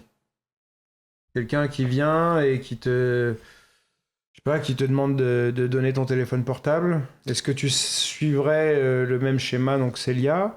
Ou est-ce qu'il y a des étapes que tu es obligé de zapper T'es sûr, alors sur une agression, il y a quelque chose qui est assez passionnant, c'est que tu es sur une temporalité qui est ultra courte, avec une violence qui peut être inouïe. Je sais pas dire si ta phase d'écoute active peut vraiment peut permettre à l'autre de redescendre sur son agression si elle était préméditée. Tu vois, si vraiment j'ai envie si c'est un acte prémédité, j'ai envie de prendre ton téléphone, ça marchera pas. Ouais. Et puis il y a mes potes qui sont derrière, peu de chance. Par contre, si effectivement c'est une soirée peut-être alcoolisée où il y a une incompréhension, ça monte, tu vois, dans les tours et puis on a envie de s'embrouiller, peut-être qu'effectivement là c'est sûr, le fait de permettre à l'autre de verbaliser ce qui va pas, ou il y a une incompréhension, non j'ai pas maté ta meuf ou n'importe quoi, ça, le fait de lui poser des questions, alors je vais sur une petite parenthèse qui est un peu plus technique, mais en fait le fait qu'il mette des mots, ça va réactiver son cerveau qui est son néocortex, la partie du néocortex qui est le siège de la raison, et ça va faire baisser l'activité du limbique à travers l'amygdale qui est derrière, qui va baisser. Le fait que le limbique, son activité diminue, on vit une émotion qui est moins forte. C'est comme quand toi-même tu es en colère, si tu es capable de te poser, c'est un des points forts de la méditation, si tu es capable de te poser, de dire pourquoi est-ce que je suis en colère, de mettre des mots, cette colère elle va forcément diminuer chez toi parce que ton néocortex va reprendre le dessus sur le limbique. C'est pour ça qu'on voit souvent, excuse-moi de t'interrompre, dans les films ou les trucs comme ça, les situations d'otages où bah, l'autre il dit non mais parlez-moi. Enfin, ils veulent le faire parler l'autre. Alors ça, c'est ce qu'on appelle sur des prises d'otages ou toutes ces parties-là, c'est la ventilation des émotions. C'est toute une période qui est cathartique où en fait tu peux pas remplir, je crois que c'était d'ailleurs une phrase de Bruce Lee, mais tu peux pas remplir une tasse d'eau si elle est déjà pleine. Donc c'est comment est-ce que je vide mon verre d'eau, comment est-ce que je permets à l'autre de se purger en fait de ses émotions pour reconstruire une relation qui est saine. Donc oui, si je me fais agresser par quelqu'un qui est vraiment dans une dynamique de vol et c'est mal intentionné, c'est prémédité dès le départ, je pense que pour le coup l'écoute active et tout ça n'a pas de sens, en dehors peut-être de temporaliser, mais soit pour gagner du temps et sur une rupture de pattern, sur de la PNL, dire, voilà, rupture de pattern, pour frapper directement. Enfin, on avait travaillé sur un exercice tous les deux sur les arts martiaux, sur de la self, qui était de dire non, je veux pas d'embrouille, décaler le regard là-dessus pour après frapper. T'as des trucs tout bêtes comme faire ça réduisait le tonus musculaire, un mouvement vers le bas, je crois, il y avait des choses comme ça que Pank aussi nous avait montré. Et là c'était vraiment de faire un focus d'attention, c'est non, je veux pas d'embrouille. Bam. Puis je frappe au marteau sur la nuque, je pousse et je pars. Et là on est sur une vraie rupture de pattern parce que la personne, tu coupes une routine sur laquelle il s'attend pas du tout. Et puis tu as un focus d'attention qui est sur le côté, donc il voit pas le fait d'avoir les deux mains en l'air, que vraiment sur de la self. Bim. Mais en dehors de ça, je pense que si tu as vraiment quelqu'un qui est déterminé, pour le coup, la négociation n'a pas de sens. Il faut que tu remontes à la règle, c'est la loi. Écoute, tu peux pas faire ça parce que tu n'as pas le droit de m'agresser, c'est la loi. Ça en est conscient et ce qu'elle a de pouvoir. Et c'est étonnant parce que énormément de négociateurs que je rencontre en fait font des arts martiaux, qui est un mode de résolution de conflit, hein. On pourrait faire ça à pile ou face, Shifumi, mais les arts martiaux c'est aussi un mode de Shifumi très bon. Mais oui, on pourrait enfin il y en a beaucoup qui font des arts martiaux, quoi, parce que c'est une des portes à un moment donné. Effectivement on peut être en accord sur le désaccord, mais si l'autre outrepasse le cadre de la règle, et ben, pour le ramener à la raison. J'en vois pas mal aussi qui sont dans la PNL, qui sont dans les arts martiaux et qui s'intéressent à la PNL. Ouais, mais c'est passionnant. Enfin, la PNL est passionnante sur ses premiers écrits de Grinder et Bandler, qui sont un mathématicien et un linguiste américain, et qui à la base sont thérapeutes. Ce sont les personnes qui ont écrit, je pense, sur la négociation, des trucs les plus intéressants, ce sont des thérapeutes. Les premiers écrits de Grinder et Bandler sont passionnants, mais après, bon, il y a eu des dérives marketing pour faire de l'argent, qui est de dire si je me gratte l'oreille, c'est que je suis pas à l'aise, mensonge, si je regarde en haut à gauche, en haut à droite, ça c'est du bullshit, ça a même été montré que c'était pas possible, donc non. Enfin, la détection du mensonge, les asynchronismes, c'est ultra compliqué, et aujourd'hui il n'y a rien qui permet de les identifier en tant que tels, même si on peut être sur tous les travaux de Paul Ekman, voir des variations sur la congruence généralement, mais on peut pas identifier un mouvement en disant si c'est ce mouvement c'est forcément un mensonge. Il faut avoir une multitude de faisceaux d'informations là-dessus. Mais donc cette deuxième étape d'écoute active, c'est exactement ce que tu disais, c'est ça qui va permettre de ventiler les émotions de l'autre, de vider sa coupe, et demain si vous êtes en embrouille avec votre conjointe ou votre patron, passez 20 minutes à l'écouter, à lui donner de l'attention, mais pas écouter pour répondre, mais vraiment écouter pour comprendre. Et vous serez surpris de voir qu'à la fin des 20 minutes, déjà, elle ne sera pas dans la même dynamique. J'avais entendu, je ne sais plus qu'est-ce qui disait ça une fois, que en fait, pour que quelqu'un apprécie une conversation, en fait, il faut le laisser parler. Parce que les gens qui vont trouver en fait la meilleure conversation qu'ils ont eue, c'est celle où ils ont fait que parler, parce qu'ils ont parlé d'eux-mêmes, ils ont parlé de ce qu'ils aimaient, tout ça. Et si tu fais que parfois écouter, tu vas apprendre des choses et tout, mais voilà, il y a un vrai plaisir à communiquer ce que t'aimes et tout ça, et parler au final de toi, de ton toi intérieur et tout ça. Le sujet généralement qu'on a le plus intéressant, c'est nous, parce qu'on se connaît. Non mais c'est vrai, c'est très narcissique. Et puis il y a autre chose, c'est toute la partie prosodie. La prosodie, c'est la tonalité de voix, ton intonation, ton accent. Le fait de parler, il y a quelque chose de très rassurant pour nous, parce qu'on connaît notre voix. En fait, on se berce nous-mêmes. Non mais c'est vraiment ça, c'est-à-dire que effectivement, dans une dynamique de séduction, ou dans une dynamique de séduction sociale, j'entends. Si vous voulez que les gens passent un excellent moment, qu'ils ne parlent que d'eux. Posez des questions, qu'ils parlent d'eux. À la fin, ils sauront rien sur vous, mais par contre, ils vous trouveront ultra agréable. C'est une des bases des méthodes d'influence ou de manipulation. Faites parler un maximum les gens, vous en apprendrez toujours plus de façon générale. De toute façon, si c'est moi qui parle, je vais être assertif, c'est-à-dire que je vais faire valoir mes droits, et je peux rentrer sur une vision où les gens ne seront pas forcément d'accord Ils seront Ouais. d'accord, oui ou non. Le fait que l'autre parle, il sera forcément d'accord avec lui-même, à moins que ça soit vraiment très compliqué et qu'il soit schizophrène. Dans ce cas-là, c'est une pathologie, c'est pas exactement la même chose. Donc ces 2 premières étapes, elles sont importantes, mais elles sont aussi associées avec une 3e étape, qui est toute la partie libérer la confiance. En fait, on peut pas négocier, on peut pas créer de la valeur avec l'autre si on n'a pas confiance. Ça n'a pas de sens pour le coup. La confiance, c'est vraiment le socle de la négociation ou de l'entente. Alors on peut le définir comme un sentiment d'interdépendance et de vulnérabilité. Plus je suis interdépendant et vulnérable, plus je suis dans une dynamique de confiance. Et d'ailleurs, à Stitch, il y a une phrase que j'aime beaucoup. T'as des gens qui vont dire ouais, ma confiance à moi, elle s'accorde à travers le temps. Enfin, je la donne pas tout de suite, elle s'accorde avec le temps. En tout cas, elle se mérite. Elle se mérite, ouais. Ouais, et en fait, j'en suis pas forcément convaincu. Je pense qu'effectivement, c'est quelque chose qui peut avoir du sens, mais qui peut générer pas mal d'incertitudes, de doutes, si c'est le cas. Alors que généralement, ce qu'on préconise dans les négociations, c'est de donner votre confiance dès le départ. C'est pas une confiance qui est aveugle. C'est un construit relationnel, donc c'est quelque chose qui va évoluer avec le temps, c'est pas un problème. Mais vous donnez suffisamment de confiance à l'autre pour que vous puissiez coopérer. Si je suis complètement hermétique à la confiance, c'est-à-dire si t'as tes profs d'arts martiaux, tu donnes forcément ta confiance à tes nouveaux élèves qui arrivent parce que tu leur donnes de l'information. Ouais. Tu leur dis pas entraînez-vous pendant 1 année dans la salle en bas et après si vous le méritez, je vous donnerai mon savoir. Non mais tu vois, c'est un non-sens. Demain on rentre dans l'entreprise, tu peux pas dire je travaille 30 jours, je sais que je vais être payé le 31e jour, je fais un minimum confiance. J'arrive sur un nouveau projet avec des collaborateurs, je leur donne mon savoir. Et j'attends rien en retour dès le départ. Je crée cette dynamique de confiance. Donc pour moi, la confiance, c'est quelque chose qui doit se donner assez rapidement. C'est pas une confiance qui est aveugle, qui est naïve, qui va me mettre vraiment en risque, mais c'est suffisamment de confiance pour pouvoir se donner les conditions de la réussite de la négociation.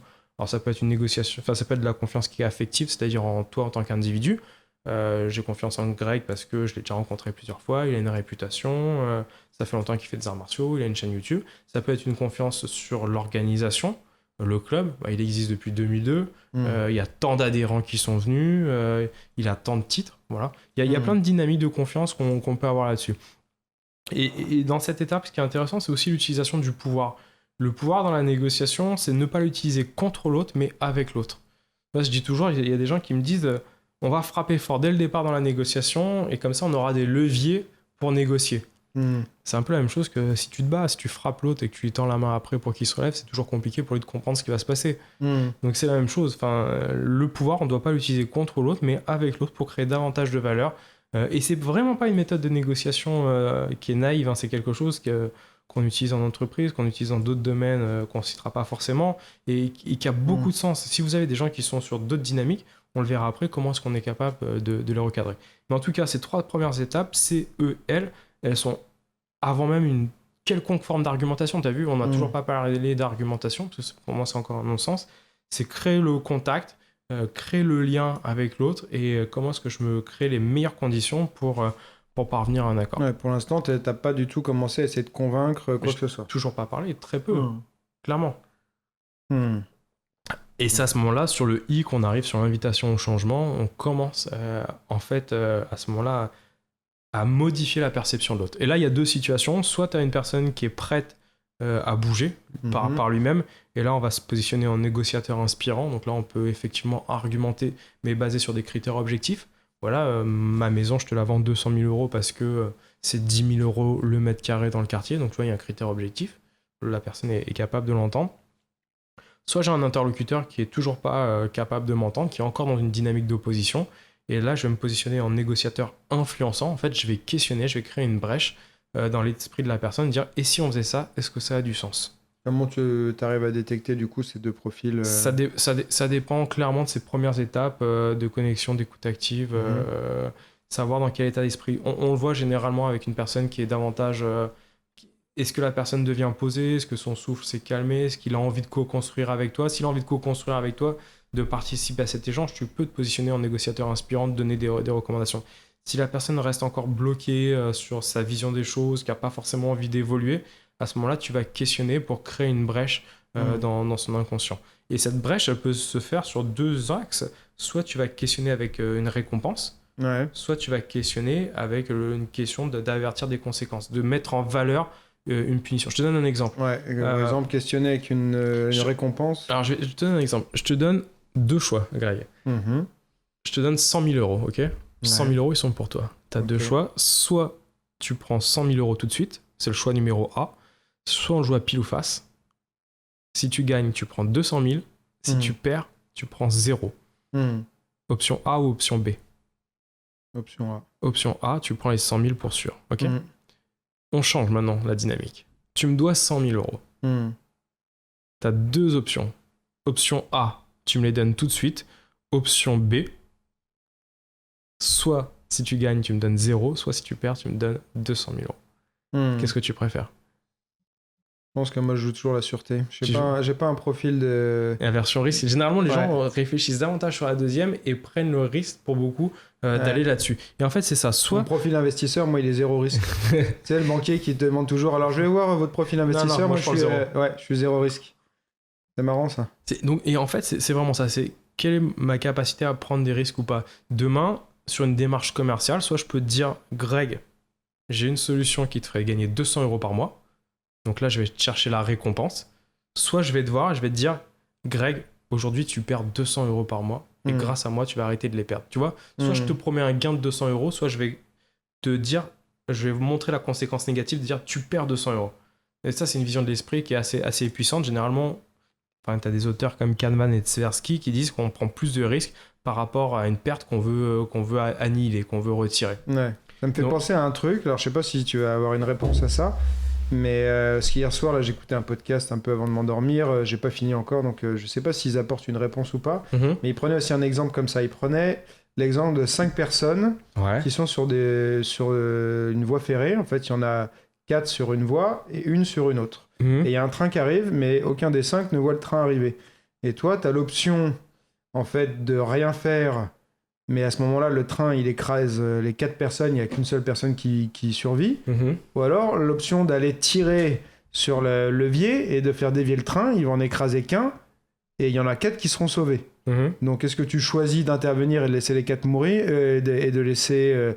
d'avoir qu'une seule personne qui meurt, ou alors de rien faire, il y en a 4 qui meurent? Bon, a priori, tu essaies d'intervenir pour... Mais après, il va te dire que la personne qui survit, c'est... non, après, il y avait une deuxième version de la même histoire. Cette fois, t'aperçois ça, mais t'es fait sur un pont, t'es beaucoup trop loin pour aller intervenir. Mais à côté de toi, t'as un gros mec, hyper costaud, et en fait, tu te dis que si tu le pousses, les 4 personnes qui sont sur la voie vont le voir. Enfin, même les 5 personnes vont le voir et ils vont tourner la tête du bon côté, ils vont voir le train du coup arriver. Mais c'est-à-dire que la personne meurt. La personne, tu la pousses d'un pont, elle meurt, ouais. Ouais, mais c'est-à-dire que t'as toujours un mort pour... Et cette fois, t'as un mort pour 5 personnes qui sont sauvées. Ouais, mais l'autre, c'était la même chose, parce que le mec du pont, tu l'emmerdes pas. Voilà, en fait, le truc, ce qu'ils expliquent, ils ont fait c'est un podcast américain qui s'appelle Radiolab. Et ils ont fait un micro-trottoir en racontant cette histoire à plein de gens. Et donc, je crois que c'est 9 personnes sur 10 dans le premier cas qui disaient oui, je vais aller lever tu vois, je vais agir, je vais faire quelque chose et je vais sauver plus de monde et c'est pas grave, il y a une personne qui va mourir quand même. Et dans le deuxième cas, en fait, la situation est la même, c'est-à-dire que tu agis, il y a une personne qui meurt, mais 9 personnes sur 10 disaient mais t'es malade, je vais pas pousser un mec et le tuer, quoi. C'est le fait. Mais en fait, ça revient au même, tu vois, quelque part. C'est-à-dire que ton action fait que tu tues quelqu'un, parce que c'est toi qui as... T'aurais pu dire, je m'en mêle pas, donc c'est le destin, il y en a 4 qui meurent, mais de toute façon, moi, je fais rien dans l'histoire, donc ça me regarde pas. Mais là, tu prends une action, et donc à cause de toi, il y a une personne qui meurt, t'as choisi que c'était lui et pas les 4 autres. Là, c'est pareil. T'en sauves, à la limite, t'en sauves une personne de plus, mais par ton action, t'as quand même toujours une personne qui meurt en quelque sorte à cause de toi. C'est clair. Et ils savaient pas trop dire pourquoi, dans un cas, c'est accepté, et dans l'autre cas, c'est pas accepté. Parce que ouais. Parce qu'en fait, tu te déresponsabilises, je pense, davantage quand tu te dis que t'as tiré et que c'est pas de ta faute si la personne est morte parce qu'elle était là, versus l'action que tu dois faire directement. Et là, pour le coup, t'es responsable à 100%. Mais le résultat est le même. Ah, mais clairement. C'est ça qui est marrant. Mais pour le coup, plus t'as d'intermédiaires, plus tu te déresponsabilises, tu dis non, c'est pas de ma faute, pas de ma faute, pas de ma faute. Mais ouais. Ça me faisait penser à, comme tu m'avais fait ton exemple de choix A et choix B, ça m'a fait penser à ça en fait. Du coup, je me disais tiens, c'est une histoire que moi ça m'a fait réfléchir. Je me disais, c'est vrai que plus t'as d'intermédiaires, généralement, plus tu peux te déresponsabiliser facilement. Tu te dis, c'est la même chose que quand il y avait les fusillades, à un moment donné, qui existent encore, où tu avais 5 soldats qui fusillaient les prisonniers ou les condamnés pour qu'ils le vivent mieux, les soldats, il y en a un qui a une cartouche blanche. Et donc, en fait, ils tirent tous. Et Ils savent pas qui a tué, quoi. Bah, en tout cas, il y en a 4 qui ont tué et un qui a pas tué, mais celui qui a pas tué, tu peux toujours te dire, moi, j'avais la cartouche blanche. Et au final, tu te déresponsabilises d'une certaine manière sur l'acte en lui-même. Mais c'est un peu ça. En fait, l'invitation au changement, à ce moment-là, c'est de créer une brèche dans l'esprit de la personne. Et si on faisait ça, est-ce que ça a du sens? Est-ce que si tu as étudié le Wing Chun, pour toi, ça peut avoir du sens? Pour l'instant, t'aimais juste une hypothèse. Si c'est ce que Kahneman dit. Un peu, quoi. Ouais, c'est ce que Kahneman. C'est ça. Tu vas créer une croyance ou une idée dans l'esprit de la personne. Kahneman nous dit si c'est une brèche, si elle a du sens, ça va s'élargir au fur et à mesure du temps. Et plus elle aura de sens, plus elle va devenir vraiment une évidence pour ton interlocuteur. C'est sûr que comme il y a une résistance au changement chez la plupart des gens, si tu arrives avec une affirmation forte, ça va être plus dur en fait d'être accepté. Et si tu arrives juste avec une idée comme ça, peut-être une hypothèse, peut-être que... Si tu faisais ça, ça te ferait arrêter de perdre ça. Ou si tu faisais ça, est-ce que ça te ferait gagner ça?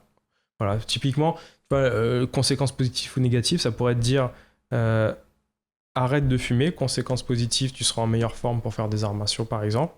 Conséquences négatives, si tu arrêtes de fumer, tu vivras plus longtemps. Tout simplement. Donc c'est comment est-ce que je vois le verre à moitié vide, à moitié plein. Généralement, il est montré que si on le voit à moitié vide, on va montrer cet avertissement, on va susciter davantage d'engagement chez notre interlocuteur. Voilà. Donc ça, c'est l'invitation au changement. Et puis la dernière étape, c'est quand cette brèche elle a pris suffisamment de place dans l'esprit de la personne, c'est l'accompagner vers l'accord. On prend par exemple une prise d'otage, entre le moment où je veux me rendre et le moment où je sors de la pièce, il y a forcément un delta de temps. Ce temps, il est subjectif, il dépend du tout à chacun. Vous allez avoir des gens dans vos négociations avec votre femme, fils, n'importe qui vont avoir besoin de temps pour ne pas perdre la face, pour le conscientiser, pour être complètement aligné sur ce que vous dites. Et donc dans cette période-là, il faut être disponible, il faut être prévisible, il faut vraiment créer ces dynamiques de confiance. J'étais parti il y a quelques années, plusieurs mois aux États-Unis, faire un petit road trip tout seul en bus. Et comme j'avais l'habitude de le dire, c'est pas Paris-Miami qui était le plus compliqué, c'était Paris-Roissy-Charles de Gaulle. C'est ce laps de temps, c'est ce premier pas qu'on doit faire, et puis après, une fois qu'il est fait, on accompagne au changement, et voilà.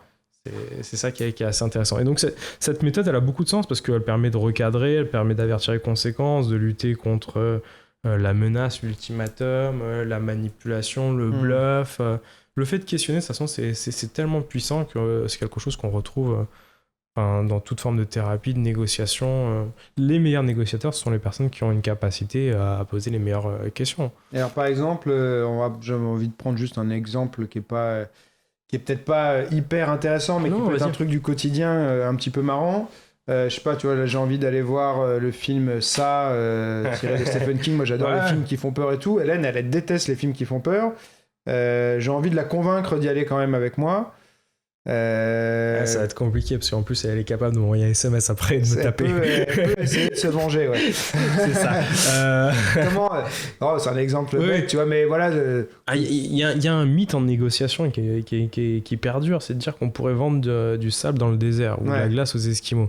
Si on est sur des intérêts qui sont divergents, s'il n'y a pas de zone d'accord possible, c'est très compliqué de parvenir à un accord. Si Hélène, elle a clairement pas envie de voir ça parce que de base c'est un film d'horreur et qu'elle est pas à l'aise avec le film d'horreur, parce que ça fait peur, tout bêtement. Parce que ça fait peur. Elle aime pas avoir peur. Je fais pas le mariole parce que je suis allé voir Annabelle 2, je peux te dire que j'ai pas été rebelle très longtemps. Aurélie elle me tire là-dedans, c'est un enfer. T'as crié comme une... Non mais je suis allé chercher du popcorn assez longtemps. Je reviens dans 5 minutes mon gars. 2 heures après, putain j'ai adoré ce film. Non, par contre c'est de voir qu'est-ce qu'elle pourrait chercher à voir dans le cinéma. C'est-à-dire que c'est ce qu'on retrouve dans beaucoup de choses. C'est quoi le but du cinéma? Est-ce que c'est de l'entertainment, de me divertir? Est-ce que je veux aller rire? Est-ce que je veux avoir peur? De façon générale, c'est vivre une émotion. Donc qu'est-ce qui peut l'intéresser là-dedans? Qu'est-ce qui peut l'intéresser tout court?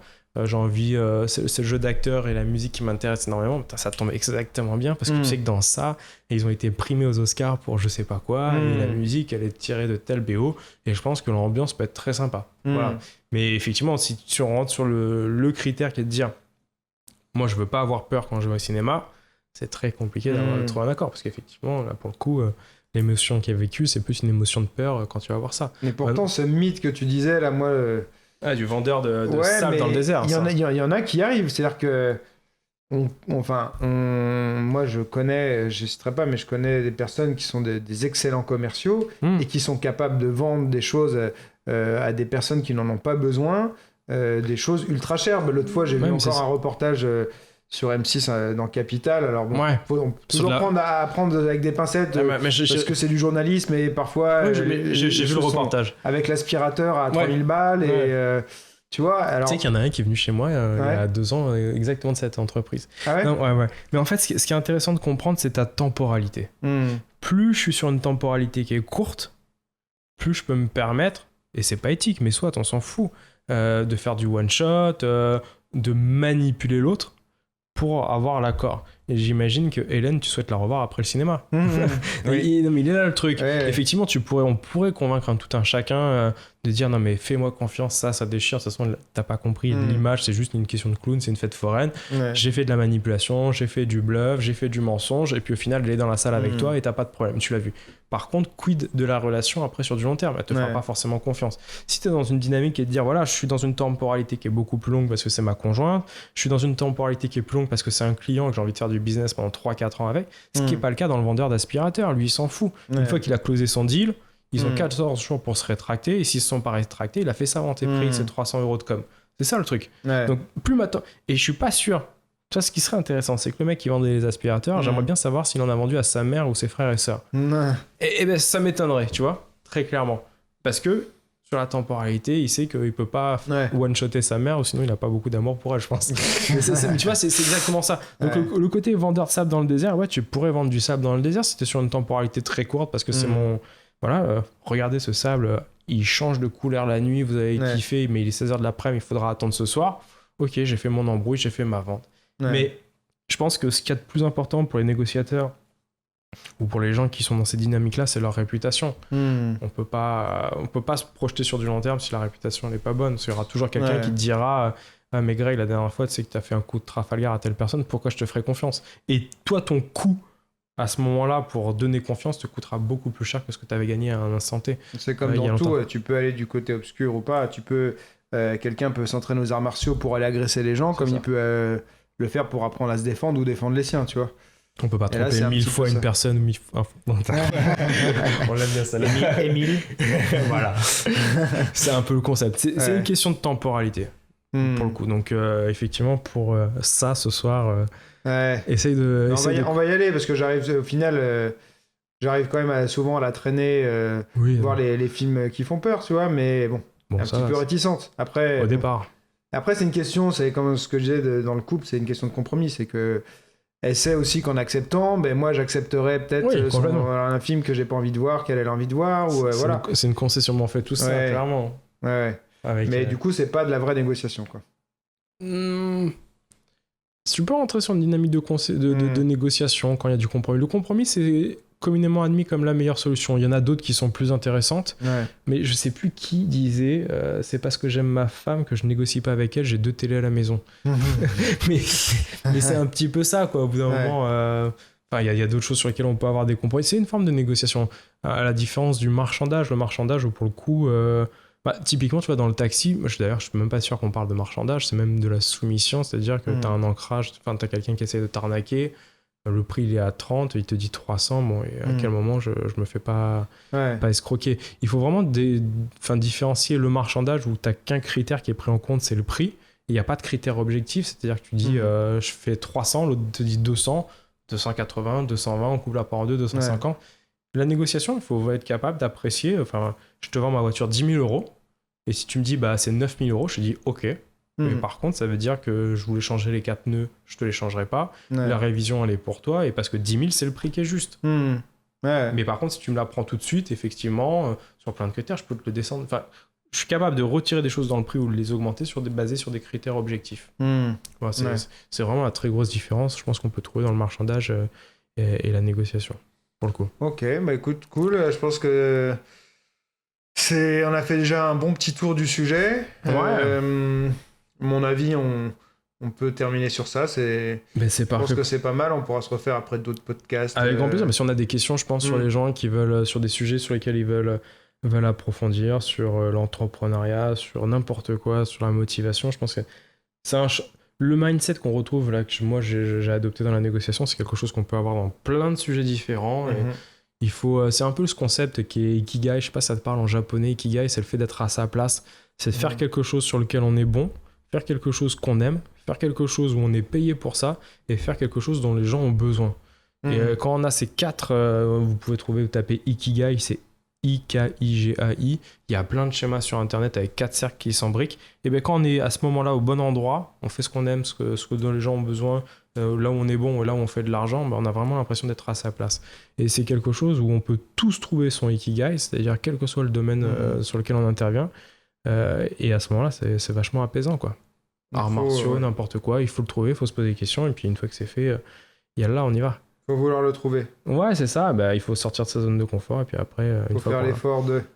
c'est rare que les choses arrivent à nous comme ça. En tout cas, si on n'est pas né avec une cuillère d'argent, c'est difficile. Moi, je mettrai un lien dans les notes. J'essaie de faire des notes pour chaque épisode. Comme ça, souvent on parle de différents sujets, on cite des personnes, des vidéos, des liens, de ce qu'on veut. Donc, ceux qui veulent retrouver tout ça, vous pouvez aller sur le site. S'ils veulent approfondir, le livre, il est là.